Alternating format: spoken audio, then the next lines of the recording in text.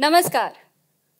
सभी नगरवासियों को सूचित किया जा रहा है कि अपनी सुरक्षा को प्राथमिकता दें, क्योंकि हवा की गति तेज होने का अनुमान है और साथ ही भारी बारिश होने की संभावना भी। आज से ठीक 3 साल पहले और अपने जन्म के 22 साल बाद जब मैं मुंबई आई थी तो सारे शहर को यही चेतावनी दी जा रही थी कि जोरदार बारिश हो सकती है, अपनी सुरक्षा को प्राथमिकता दे। पर मुझे सुनाई दे रहा था कि जोरदार बारिश हो सकती है, चाय की टपरी ढूंढे। बांद्रा रेलवे स्टेशन से बाहर निकलते ही मेरे चेहरे पे आके लगा हवा का एक ऐसा झोंका जो मानो मुझे धक्का मारते हुए मुझसे कह रहा हो कि जल्दी कर, बारिश हो जाएगी। जैसे जैसे हवा की गति तेज हो रही थी, मेरे चलने की गति भी तेज हो रही थी। क्योंकि देखो, जीवन में 2 ही चीजों से सबसे ज्यादा प्यार किया है मैंने, जिनमें से पहली है चाय। जिन लोगों का पहला प्यार चाय है, उन लोगों की जिंदगी का सार यही है कि जिंदगी अच्छी बुरी जैसी भी है, जिंदगी अच्छी बुरी जैसी भी है, हम जिंदगी को हंसकर जी लेते हैं। मन कभी ज्यादा बेचैन होता है तो बिन सोचे बिन समझे बस चाय पी लेते हैं। जब चलते चलते हाफ गई तब जाके 1 कप चाय मिली और चाय के मिलते ही बारिश हो गई। सब लोग यहां वहां भागने लगे। किसी ने अपना छाता खोला, कोई जाके अपनी गाड़ी में बैठ गया। कुछ लोगों ने बारिश से बचने के लिए किसी दुकान के शेड का सहारा लिया। सब लोग बारिश से दूर भाग रहे थे, पर कुछ लोग जल्दी जल्दी अपनी चाय खत्म करके भाग के बारिश को गले लगा रहे थे, जैसे मैं। क्योंकि देखो, जीवन में 2 ही चीजों से सबसे ज्यादा प्यार किया है मैंने, जिनमें से दूसरी है बारिश। यह है बारिश और मेरी प्रेम कहानी। मुझे जब थी जरूरत बस किसी के साथ की यारो, मुझे जब थी जरूरत बस किसी के साथ की यारो, मेरी खिड़की पे बूंदे आ गिरी बरसात की यारो।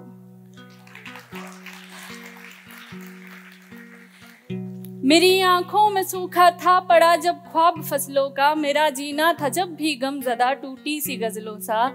मुझे जब खा रही थी चांदनी भी रात की यारो, मेरी खिड़की पे बूंदे आ गिरी बरसात की यारो। मैक्सिमम 15 मिनट के बाद जैसे ही बारिश रुकी, मैं बारिश में पूरी तरीके से भीगी हुई 1 और कप चाय लेने के लिए वापस उसी चाय वाले की तरफ मुड़ी। मैंने अपनी बेस्ट फ्रेंड को फोन मिलाया और उसे बताया कि यार यहाँ पे बारिश हो गई, मैं पूरी भीग गई। और पता है, मैं बहुत खुश हूं कि बारिश हो गई। पता है क्यों? हेलो, अरे पूछना कि क्यों।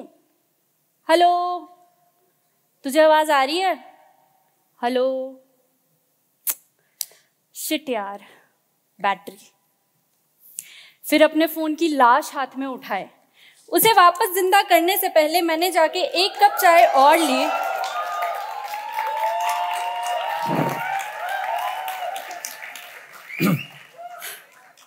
और चाय की पहली घूंट के साथ ही मेरे साइड से मुझे एक आवाज आई।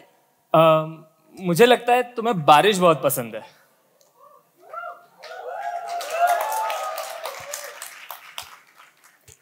दो तरह के लोग होते हैं इस दुनिया में। सबसे पहले वो जो किसी अनजान व्यक्ति के ऐसे दोस्त की तरह बात करने पर उस अनजान व्यक्ति को जवाब देते हैं, एक्सक्यूज मी। और दूसरे वो जो उस अनजान व्यक्ति को उसकी बात का जवाब देते हैं। मैं दूसरी वाली हूं। हाँ, हाय, वैसे आई एम। नाम नहीं बताऊंगी, पर इसको एड्रेस भी तो करना है ना। तो चलो, इसको एड्रेस करने के लिए ना हम इसे कोई ऐसा नाम दे देते हैं जो सबने सुना हो, ठीक है? राहुल। नाम तो सुना ही होगा। ऑफ कोर्स, पूरे देश की सड़कों पे गाड़ियों के बाद सबसे ज्यादा ट्रैफिक इसी नाम का है। एनीवेज, हाय, आई एम निधि। निधि?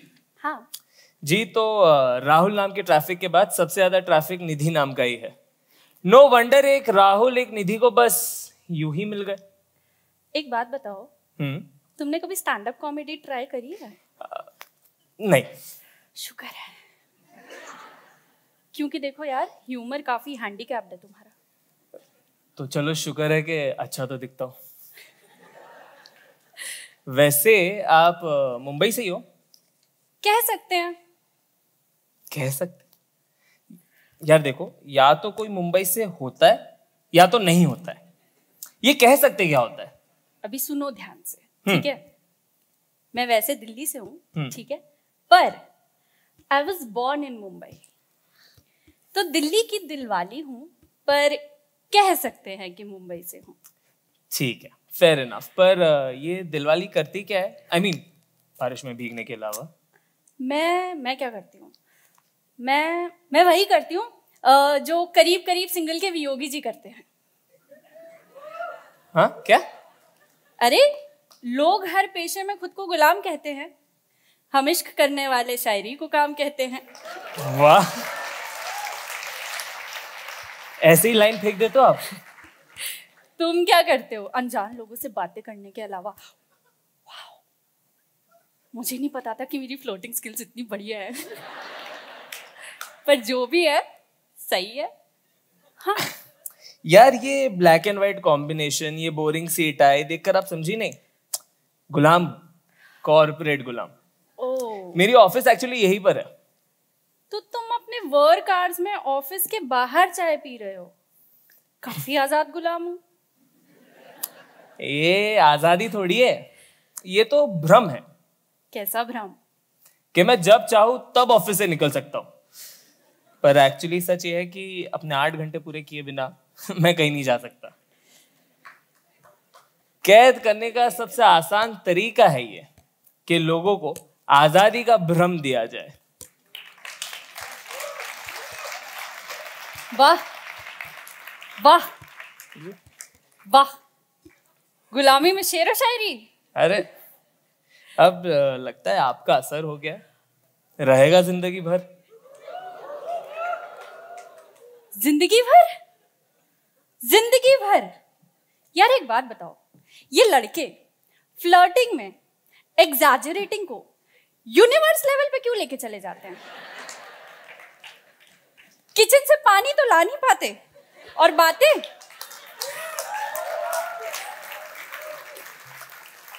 बातें चांद तारे तोड़कर लाने की करते हैं। जिंदगी भर बहुत आगे नहीं पहुंच गए। एक्चुअली पीछे रह के फायदा भी किसका हुआ है? तुम लाइन मार रहे हो? एक्चुअली मैं ये कह रहा हूं कि तुम मेरा नंबर ले लो। क्या? अब देखो, किसी लड़की से उसका नंबर मांगना अच्छा नहीं लगता ना, चीप हरकत सी हो जाती है, तो इसलिए तुम मेरा नंबर ले लो। बैटरी डेड है सर, यूनिवर्स ही नहीं चाहता कि मैं आपका नंबर लूं। सही कह रही हो तुम। मेरी लाख कोशिशों के बावजूद भी ये यूनिवर्स चाहता है कि मैं ही तुम्हारा नंबर ले लूं। कितना छिछोरा है ये यूनिवर्स।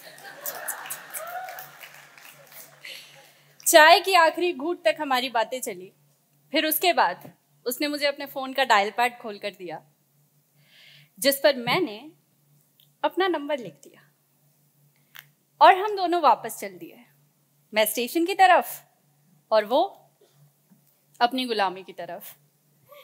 स्टेशन पहुंचकर मैंने अपना फोन वापस चार्ज किया और फोन के ऑन होते ही देखा 10 missed calls. 10 missed calls. Guess करो किसकी? मेरे उस दोस्त की जिससे बात करते हुए फोन की बैटरी खत्म हो गई थी। मैंने अपनी दोस्त को वापस फोन मिलाया और उसे बताया कि सॉरी यार, फोन की बैटरी खत्म हो गई थी। मेरी दोस्त ने बोला कि हाँ हाँ ठीक है, वो सब छोड़ा, अब बता कि क्यों। मैंने कहा क्या? उसने बोला अरे तू कह रही थी ना कि बारिश हो गई, दिन बन गया, तो तू बता रही थी ना कि क्यों, अब बता क्यों। मैंने कहा ओ हाँ, अरे वो मैं यही कह रही थी यार कि बारिश हो गई, दिन बन गया, क्योंकि आज मुंबई में मेरा आखिरी दिन है ना। मेरी दोस्त के फोन के कटते ही मुझे व्हाट्सएप पर एक अननोन नंबर से मैसेज आया। गेस करो किसका? राहुल का। मैसेज था कि अगर कल फ्री हो तो चाय के लिए मिले। यार अब देखो, अगर ये बस मिलने के लिए पूछता ना, अगर ये बस मिलने के लिए पूछता तो मैं मना कर देती, आई स्वेयर, मम्मी कसम। पर इसने जो चाय के लिए पूछा ना, मैं ना चाहते हुए भी ये मैसेज कर बैठी कि अभी मिले, कल मैं वापस जा रही हूं। फिर अगले आधे घंटे के अंदर अंदर हम दोनों वापस उसी चाय वाले के पास मिले और उससे मिलते ही मैंने उससे पूछा, इतनी पसंद है क्या चाय तुम्हें? एक्चुअली मुझे चाय बिल्कुल पसंद नहीं है। वो तुमसे मिलने का बहाना चाहिए था बस। अरे पर अभी तो तुमने चाय पी थी थोड़ी देर पहले जब हम मिले। हाँ, तब तुमसे बात करने का बहाना था। अब तुम्हारे लिए तो मैं चाय की पूरी केटली लटका लूं। क्या तुम लोग को इस बात पे यकीन हो रहा है कि हम दोनों अभी कुछ वक्त पहले तक एक दूसरे से बिल्कुल अनजान थे? हमें भी नहीं हो रहा था। उससे बात करते करते मुझे उसके बारे में कुछ चीजें पता लगी। वो बहुत लेम जोक्स मारता है यार। Knock knock. Who's there? क्यों हूँ? अरे तुम जानो, मैं क्या जानूं? उसकी स्माइल बहुत अच्छी है। इस जीवन में दो ही चीजों से सबसे ज्यादा प्यार किया है मैंने, बारिश और जनाब को दोनों ही नहीं पसंद।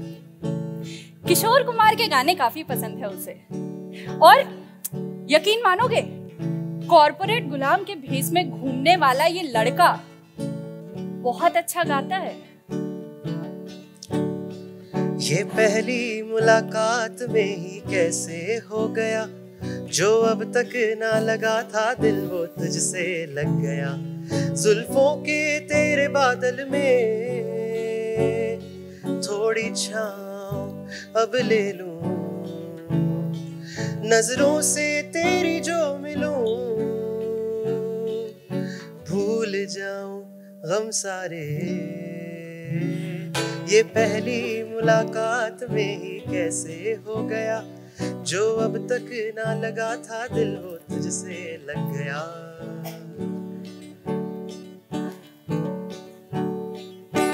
उससे पहली बार मिलकर ये लगा ही नहीं कि मैं उससे पहली बार मिल रही थी, बल्कि ऐसा लगा कि ये तो वो शख्स है जिससे मैं आखिरी बार कभी ना मिलना चाहूं। काश ये मौसम विभाग वाले उस दिन मौसम की सूचना देते वक्त ये भी बताते कि हवा की गति तेज होने का अनुमान है, भारी बारिश की संभावना है। अपनी सुरक्षा को प्राथमिकता देने के साथ साथ अपना दिल भी संभाल के रखें।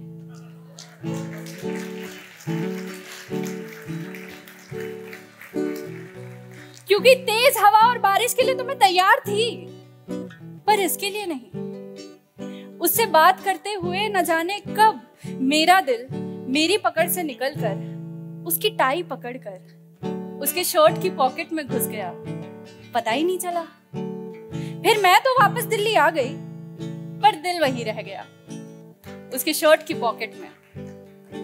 फिर क्या था जनाब, घंटों घंटों बात हुई, जाने कितनी बार उसके कॉल के इंतजार में रात हुई। वक्त बीता, दिन गुजरे और धीमी आंच पे रखी चाय के जैसे धीरे धीरे मोहब्बत की शुरुआत हुई। हम अब तक बस एक ही बार मिले थे और हमें मिले हुए लगभग 5-6 महीने हो गए थे। ये दिसंबर के महीने की बात है। मैं दिल्ली में थी और दिल्ली में जोरदार बारिश हो रही थी। और ये सच है कि मुझे बारिश बहुत पसंद है, पर क्या मैंने आप लोग को बताया कि मुझे सर्दियों में बारिश का आना अच्छा नहीं लगता? उस वक्त पूरे 2 दिन तक लगातार मूसलाधार बरसात हुई, पर फिर फाइनली धूप निकली। और मुझे अच्छे से याद है क्योंकि मैं ना उससे फोन पे बात कर रही थी, तो मैं उसे बता रही थी कि पता है यार, यहाँ फाइनली धूप निकल गई। उसने बहुत ही चिड़ी हुई आवाज में मुझसे कहा कि यहाँ तो धूप का नामो निशान नहीं है यार, सुबह से बारिश रुकने का नाम नहीं ले रही। मैंने उससे कहा कि सब्र करो, हो जाएगा वहां भी मौसम ठीक। उसने कहा सुनो, थोड़ी धूप यहां भी भेज दो। साइंस नहीं थी उसके पास, निब्बा कहीं का।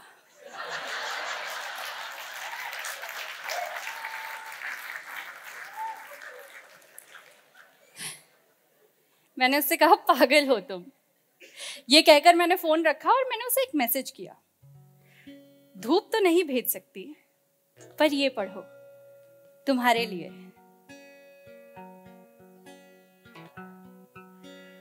नहीं दिखती जमाने की हदें अब, नहीं दिखती जमाने की हदें अब, मोहब्बत हो गई है क्या हमें अब, हमारा दिल किसी का हो गया है, हमारे दिल का बोलो क्या करे अब, निगाहें बोलती ही जा रही हैं, जुबान से हम भला क्या ही कहें अब, किसी सूरत में ऐसा क्या है जादू कि जी करता है उस पे मर मिटे अब।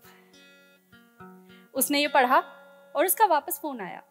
वो बोला सुनो, यहां भी धूप निकल आई।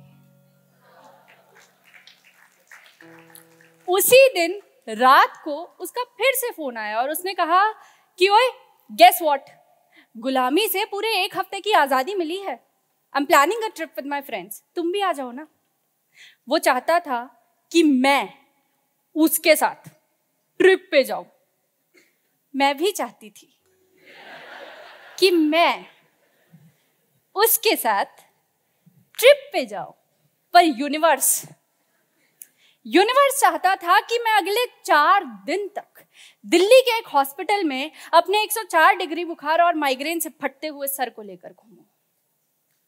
इस दौरान बड़ी जोर से मैंने मुंबई जाना चाहा और उसने दिल्ली आना चाहा, पर ना मैं मुंबई जा पाई ना वो दिल्ली आ पाया।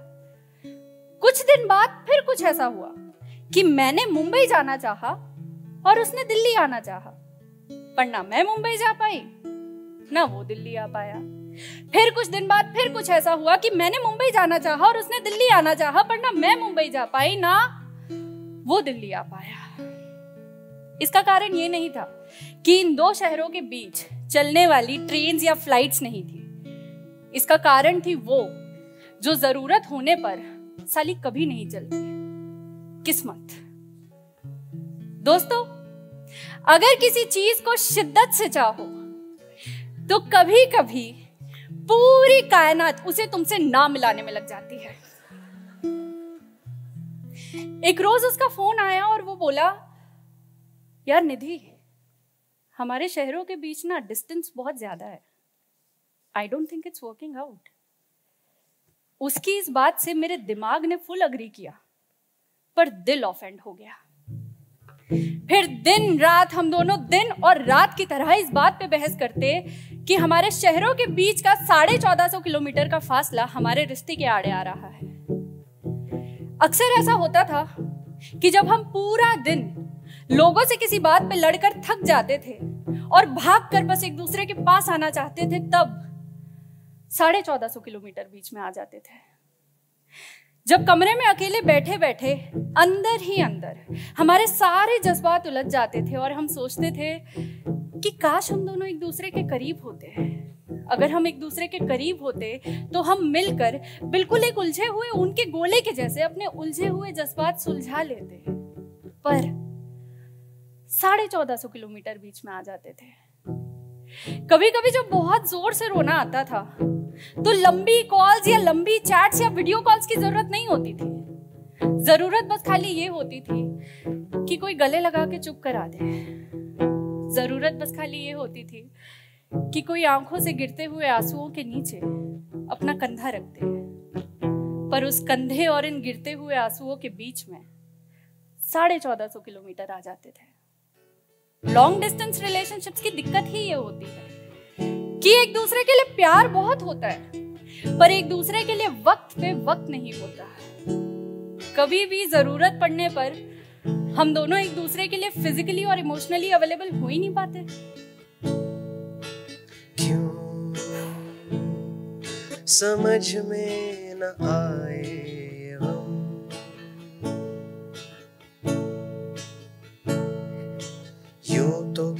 निभाने के वादे करते थे हम।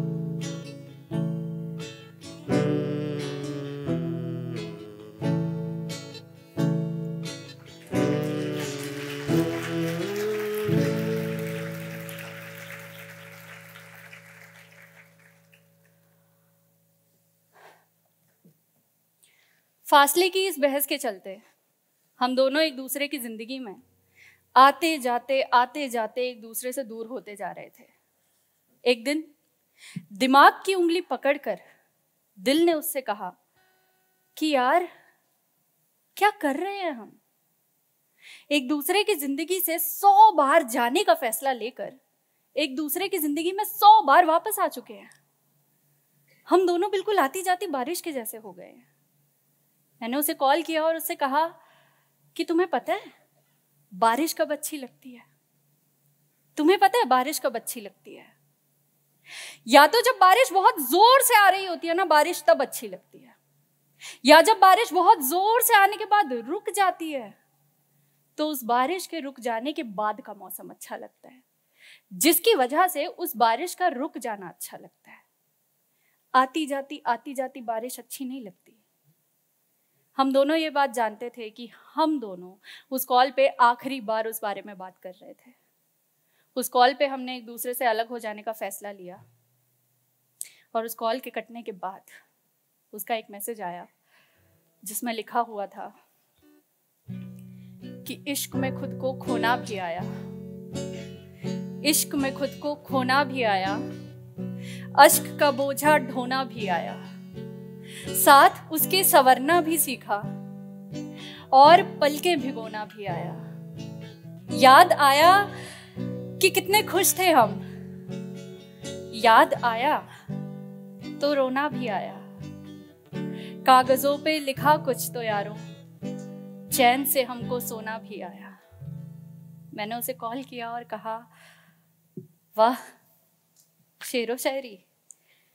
और उसने कहा मैंने कहा था ना तुम्हारा असर है, अब रहेगा जिंदगी भर।